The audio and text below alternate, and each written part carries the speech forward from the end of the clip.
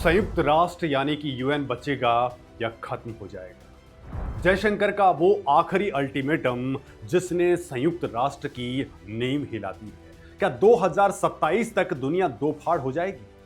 अगर भारत को United Nations security council यानी कि यूएनएससी में वो जगह नहीं मिली जिसका वो हकदार है, तो क्या यूएन सिस्टम ही कोलैप्स कर जाएगा?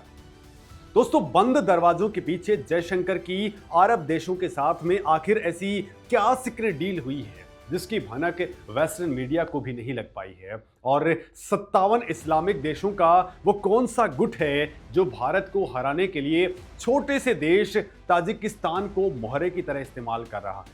नमस्कार दोस्तों, मेरा नाम है मुकेश और आज हम ग्लोबल पावर प्ले के उस डार्क रूम के अंदर घुसने वाले हैं जहां 2028 की वोटिंग के नाम पर P5 देशों से उनकी वीटो पावर छीनने की सबसे बड़ी और खौफनाक बिसात बिछाई जा चुकी है। दोस्तों, शुरुआत में आपको लग रहा होगा कि यह सिर्फ 2 साल की एक अस्थायी सदस्यता यानी कि नॉन परमानेंट सीट का चुनाव है। इसमें क्या नया है? भारत तो इससे पहले भी 1950 से लेकर के 2022 तक 8 बार कुल 16 साल तक यूएनएससी का नॉन परमानेंट मेंबर रह चुका है। तो इस बार ऐसा क्या तूफान आ गया कि अभी से ही अमेरिका, चाइना और पाकिस्तान के थिंक टैंक्स की नींद उड़ चुकी है? तो दोस्तों, असल में ये सिर्फ एक इलेक्शन कैंपेन नहीं है, ये एक जियोपॉलिटिकल शिफ्ट है। भारत अब दुनिया को ये बताने नहीं गया है कि हम नियम मानने वाले यानी कि रूल टेकर हैं, बल्कि भारत ये तय करने गया है कि अब से ग्लोबल नियम बनाए कैसे जाएंगे। 2028-29 का ये टर्म सिर्फ एक झांसा है, एक ड्रेस रिहर्सल है। भारत का असली निशाना है संयुक्त राष्ट्र के अंदर परमानेंट सीट और वीटो पावर हासिल करना। दोस्तों, भारत के विदेश मंत्री जयशंकर ने न्यूयॉर्क के अंदर जो बिगुल फूंका है वो उभरती हुई महाशक्ति की वो दहाड़ है जो दुनिया को साफ साफ बता रही है कि अगर पुराने मॉडल के ऊपर चल रही इस संस्था ने खुद को आज की सच्चाइयों के हिसाब से नहीं बदला तो इसका हाल भी लीग ऑफ नेशंस की तरह हो जाएगा, यानी कि टोटल शटडाउन और पूरी तरह से पतन। लेकिन दोस्तों, इस बार का रास्ता उतना ज़्यादा आसान नहीं है जितना पिछली 8 बार था। जून 2027 के अंदर संयुक्त राष्ट्र महासभा के अंदर चुनाव होने वाले हैं। एशिया पैसिफिक ग्रुप की इस इकलौती सीट के लिए भारत का सीधा मुकाबला मध्य एशिया के देश ताजिकिस्तान से है।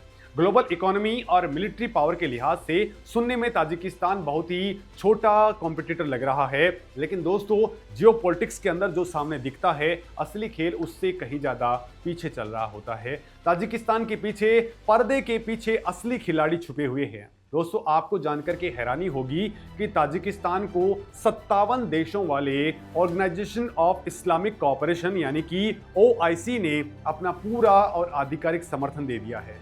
इसका सीधा मतलब यह है कि 57 इस्लामिक देशों का एक मुश्त वोट बैंक एक ब्लॉक की तरह ताजिकिस्तान के खाते में ट्रांसफर करने की स्क्रिप्ट लिखी जा चुकी है।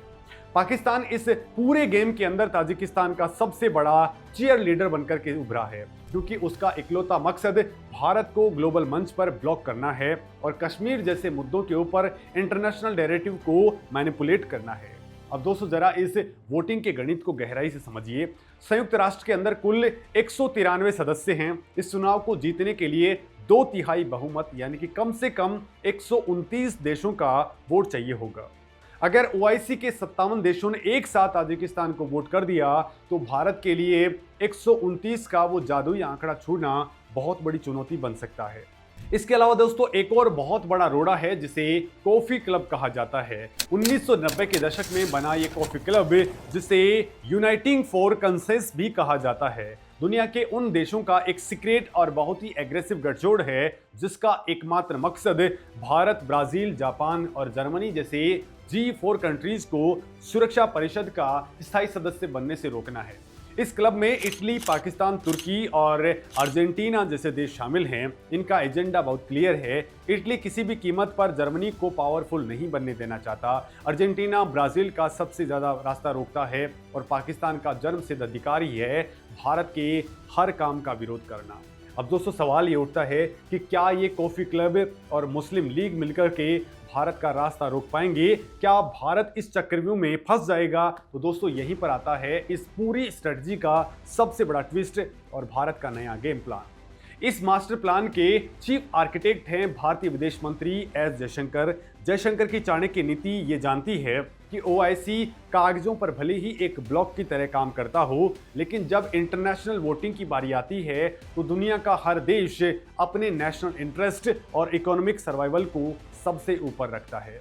लिहाजा भारत ने मल्टीलेटरल मंचों की जगह बाइलेटरल यानी कि द्विपक्षीय कूटनीति का ब्रह्मास्त्र निकाल दिया है।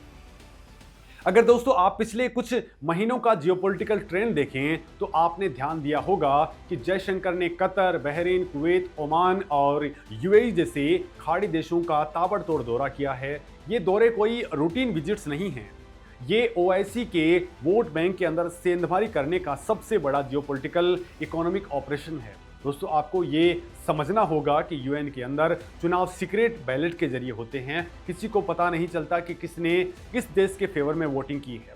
भारत इसी सीक्रेट वोटिंग का फायदा उठाने वाला है। कागजों पर भले ही अरब देश ओआईसी के दबाव में ताजिकिस्तान के साथ में खड़े दिखने का दिखावा करें, लेकिन बंद कमरों के अंदर होने वाली डील्स का सच कुछ और ही होता है। आज भारत यूएई और सऊदी अरेबिया जैसे देशों का सबसे बड़ा ट्रेड पार्टनर बन चुका है।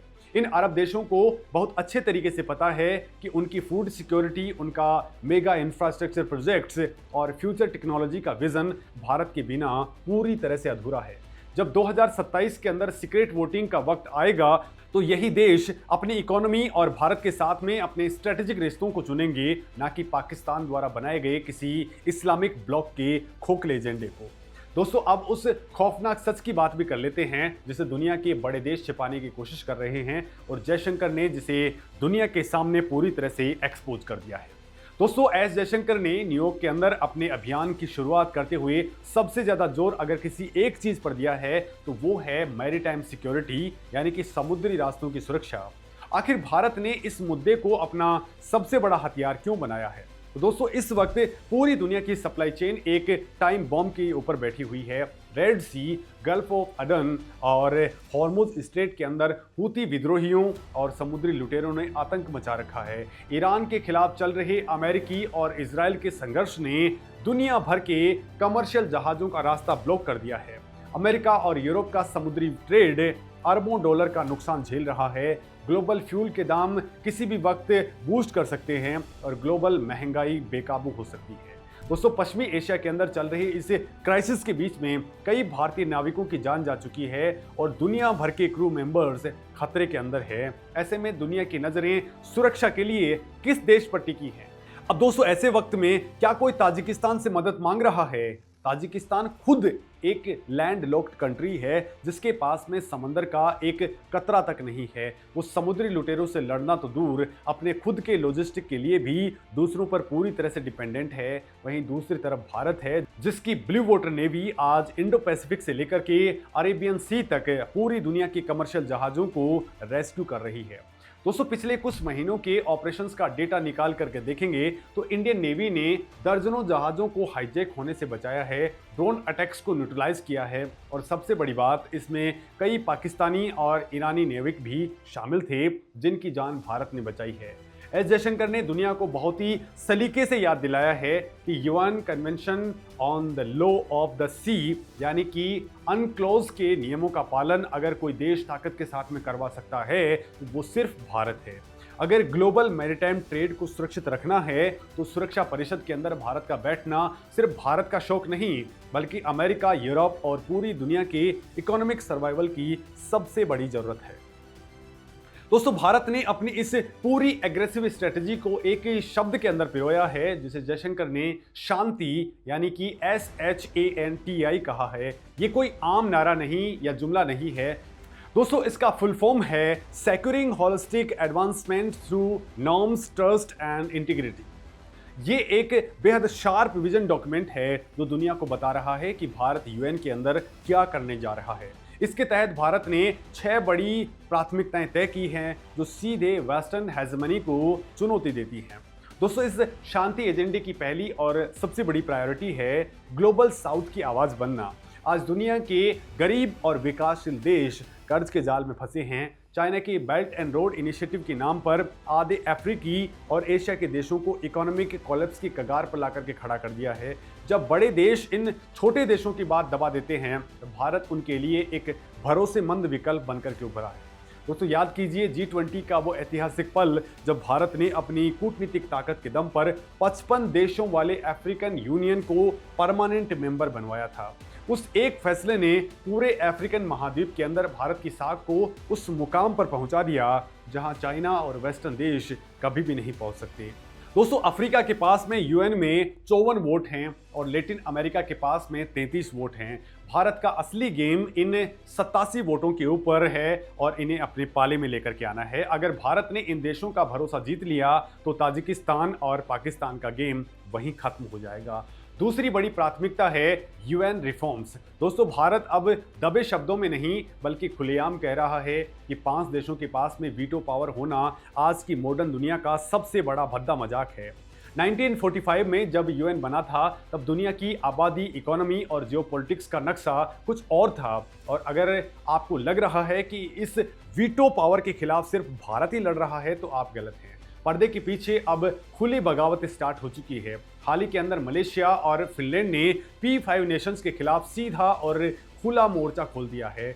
दोस्तों मलेशिया के उप विदेश मंत्री दातुक लुकानिस्मान अवान सोनी ने साफ शब्दों के अंदर कह दिया कि वीटो पावर पूरी तरह से अनुचित है और इसे खत्म कर देना चाहिए। मलेशिया का सीधा आरोप है कि गाजा और यूक्रेन क्राइसिस के दौरान इन महाशक्तियों ने अपनी वीटो पावर का जिस तरह से गलत इस्तेमाल किया है उसने यूएनएससी की विश्वसनीयता को हमेशा के लिए खत्म कर दिया है। वहीं दोस्तों यूरोप से भी आवाजें उठने लगी हैं। फिनलैंड के राष्ट्रपति अलेक्जेंडर स्टब ने कड़े शब्दों के अंदर मांग की है कि यूएनएससी के अंदर व्यापक सुधार होने चाहिए और P5 देशों की इस मनमानी शक्ति को अब खत्म किया जाना चाहिए। उनका कहना है कि 1945 के अंदर बनी इस व्यवस्था को आज की मॉडर्न दुनिया के ऊपर थोपा नहीं जा सकता है। अब दोस्तों जरा सोचिए, जब दुनिया भर के अंदर वीटो पावर के खिलाफ इतना गुस्सा है तो भारत ने क्या किया। भारत ने यहाँ पर एक ऐसा कूटनीतिक मास्टर स्ट्रोक खेला है जिसने P5 देशों की बोलती बंद कर दी है। भारत लंबे समय से यूएनएससी के अंदर सुधारों की वकालत कर रहा है, लेकिन भारत का ऑफिशियल स्टैंड वीटो पावर को तुरंत छीनने का नहीं बल्कि परमानेंट सदस्यता का दायरा बढ़ाने का है। भारत ने G4 देशों के साथ में मिलकर के एक ऐसा प्रस्ताव पेश किया है जिसे सुनकर के अमेरिका और चाइना हैरान है। भारत ने कहा है कि अगर हमें स्थायी सदस्यता मिलती है तो हम शुरुआती 15 वर्षों के लिए अपनी वीटो पावर का इस्तेमाल टालने पर सहमत हो सकते हैं। दोस्तों भारत की शर्त सिर्फ इतनी है कि यूएनएससी के अंदर भेदभावपूर्ण 2 टियर व्यवस्था यानी कि 2 अलग अलग स्तर की स्थायी सदस्यता नहीं बननी चाहिए। भारत का ये दाव दरअसल P5 देशों के उस बहाने को खत्म करने के लिए है जिसमें वो कहते हैं कि ज़्यादा देशों को वीटो देने से फैसला लेने के अंदर देरी होगी। भारत ने साफ कर दिया है कि हमें पावर का घमंड नहीं है, हमें सिर्फ ग्लोबल टेबल के ऊपर अपनी सही जगह चाहिए। और यही वजह है कि भारत के शांति विजन को अब दुनिया भर से अभूतपूर्व समर्थन मिल रहा है। पोलैंड जैसे ताकतवर यूरोपीय देश आज खुलकर के 2028-29 के लिए भारत की उम्मीदवारी का सपोर्ट कर रहे हैं। पोलैंड का ये भारी समर्थन कोई छोटी बात नहीं है। ये दिखाता है कि यूरोप भी अब मान चुका है कि भारत के बिना भविष्य की ग्लोबल सुरक्षा नीतियाँ नहीं बन सकती हैं। दोस्तों तीसरी प्रायोरिटी भारत की है मॉडर्न पीस कीपिंग। दोस्तों यूनाइटेड नेशंस के अंदर सबसे ज़्यादा शांति सैनिक भेजने वाले देशों के अंदर भारत का नाम सबसे ऊपर आता है। दोस्तों सालों से दुनिया के अंदर खून हमारे जवानों का बहता आ रहा है, लेकिन फैसले वो देश बंद कमरों में लेते हैं जिनकी जमीन पर कोई जंग नहीं हो रही है और जिनका कोई सैनिक नहीं मरा है। भारत अब इस अन्याय को बर्दाश्त नहीं करेगा। शांति सेनाओं को नई तकनीक और नई चुनौतियों के हिसाब से तैयार करने की वकालत भारत ने बहुत मजबूती के साथ भी की है। अब दोस्तों चौथी और 5वीं प्रायोरिटी सीधे तौर पर फ्यूचर वॉरफेयर और ग्लोबल टेररिज्म से जुड़ी हुई हैं। भारत ने दुनिया के अंदर पहली बार यूएन की मंच पर आर्टिफिशियल इंटेलिजेंस के गलत इस्तेमाल को ग्लोबल सिक्योरिटी के लिए सबसे बड़ा खतरा बता करके एक बिल्कुल नया नैरेटिव सेट किया है। इसके साथ ही टेरर फंडिंग को रोकने का सीधा अल्टीमेटम भी दे दिया गया है। ये सीधा इशारा पाकिस्तान और उन ताकतों की तरफ है जो आतंकवाद को एक स्टेट पॉलिसी की तरह इस्तेमाल करते हैं। दोस्तों एस जयशंकर ने साफ कर दिया है कि आतंकवादियों तक पहुंचने वाली मनी सप्लाई और रिसोर्सेज को पूरी तरह से सोख किया जाना बेहद जरूरी है और इसके बिना कोई भी ग्लोबल शांति संभव नहीं है। अब दोस्तों जरा भारत और ताजिकिस्तान की हैसियत का एक डेटा ड्रिवन कंपैरिजन देखिए। दोस्तों एक तरफ भारत है जो $4 ट्रिलियन की इकोनॉमी है, एक न्यूक्लियर पावर है, जिसकी स्पेस एजेंसी चांद के साउथ पोल पर उतर चुकी है और जिसकी सेना दुनिया की टॉप मिलिट्री पावर्स में से गिनी जाती है। भारत के पास में 16 साल तक इस सुरक्षा परिषद में बैठने का विशाल कूटनीतिक अनुभव है। दूसरी तरफ ताजिकिस्तान है जो पहली बार अपनी किस्मत आजमा रहा है। ग्लोबल इकोनॉमी के अंदर उसका प्रभाव ना के बराबर है और उसका पूरा फोकस सिर्फ मध्य एशिया की क्षेत्रीय सुरक्षा और पानी के बंटवारे तक सीमित है। ऐसे में क्या ताजिकिस्तान दुनिया के बड़े क्राइसिस को सॉल्व कर सकता है? क्या वो ग्लोबल साउथ की आवाज़ बन सकता है? तो ऐसा बिल्कुल नहीं है। ताजिकिस्तान को मिलने वाला ये इस्लामिक सपोर्ट सिर्फ एक पॉलिटिकल टूल है जिसका इस्तेमाल भारत की बढ़ती हुई बार्गेनिंग पावर को चौक करने के लिए किया जा रहा है। लेकिन दोस्तों मॉडर्न इंडिया अब डिफेंसिव नहीं खेलता है। पोलैंड के साथ साथ अमेरिका, ऑस्ट्रेलिया, फ्रांस, ऑस्ट्रिया और कई दूसरे यूरोपीय देशों ने भारत का खुला सपोर्ट कर दिया है। ये बड़े पावर ब्लॉक्स बहुत अच्छे तरीके से जानते हैं कि एशिया के अंदर चाइना के दबदबे को अगर कोई मिलिट्री और इकोनॉमिक लेवल पर संतुलित किया जा सकता है तो वो सिर्फ भारत है। दुनिया भर की कैपिटल मार्केट्स भारत के अंदर इन्वेस्टमेंट कर रही हैं और ग्लोबल सप्लाई चेन को चाइना से बाहर निकाल करके भारत में शिफ्ट किया जा रहा है। ऐसे में भारत को यूएनएससी से बाहर रखना खुद वेस्टर्न वर्ल्ड के लिए एक सुसाइडल स्टेप साबित होगा। सोचिए दोस्तों, अगर भारत 2028-29 के अंदर एक भारी बहुमत के साथ में सुरक्षा परिषद में एंट्री करता है तो इसका असल इंपैक्ट क्या होगा? ये सिर्फ 129 वोटों की जीत नहीं होगी, ये उन देशों का एक ऑफिशियल डिक्लेरेशन होगा जो अब मुट्ठी भर वीटो पावर वाले देशों की मोनोपोली से तंग आ चुके हैं। मोदी सरकार की विदेश नीति ने पिछले कुछ सालों के अंदर जिस तरह से भारत की स्ट्रेटेजिक ऑटोनॉमी को दुनिया के सामने पेश किया है वो बेमिसाल है। चाहे वो पश्चिमी देशों के दबाव के बावजूद रसिया से तेल खरीदना हो या फिर अमेरिका के साथ में जेट इंजन्स और क्रिटिकल टेक्नोलॉजी की डील करना हो, भारत ने हर बार अपने नेशनल इंटरेस्ट को सर्वोपरि रखा है। दोस्तों ये कॉन्फिडेंस बताता है कि अब हम किसी गुट के पीछे चलने को तैयार नहीं हैं, हम गुट बनाते हैं।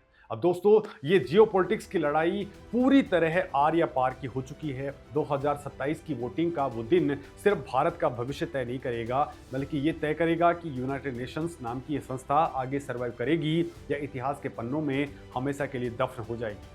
ताजिकिस्तान के कंधे पर बंदूक रख करके भारत को रोकने का जो खौफनाक प्लान कॉफी क्लब और पाकिस्तान ने बनाया है, जयशंकर ने अपने अरेबियन डिप्लोमेसी और इंडियन नेवी की ताकत से उस प्लान की धज्जियां उड़ाने की शुरुआत कर दी है। भारत अब सिर्फ अपनी जगह नहीं मांग रहा है बल्कि दुनिया को मजबूर कर रहा है कि वो नए ग्लोबल ऑर्डर को स्वीकार करे। असली खेल तो अब शुरू हुआ है और 2027 के चुनाव तक इस ग्लोबल चेस बोर्ड पर अभी कई मोहरे कटेंगे, कई सीक्रेट डील्स होंगी और कई चालें चली जाएंगी। अब दोस्तों मैं ये सवाल आपसे फिर छोड़ता हूँ, आपको क्या लगता है क्या 57 मुस्लिम देशों का गुट सीक्रेट वोटिंग में सच में ताजिकिस्तान को वोट करेगा या फिर भारत की इकोनॉमिक पावर उन्हें अपने पाले में खींच लाएगी? आप इस मामले में क्या कुछ सोचते हैं? कमेंट करके जरूर बताएं। नमस्कार दोस्तों।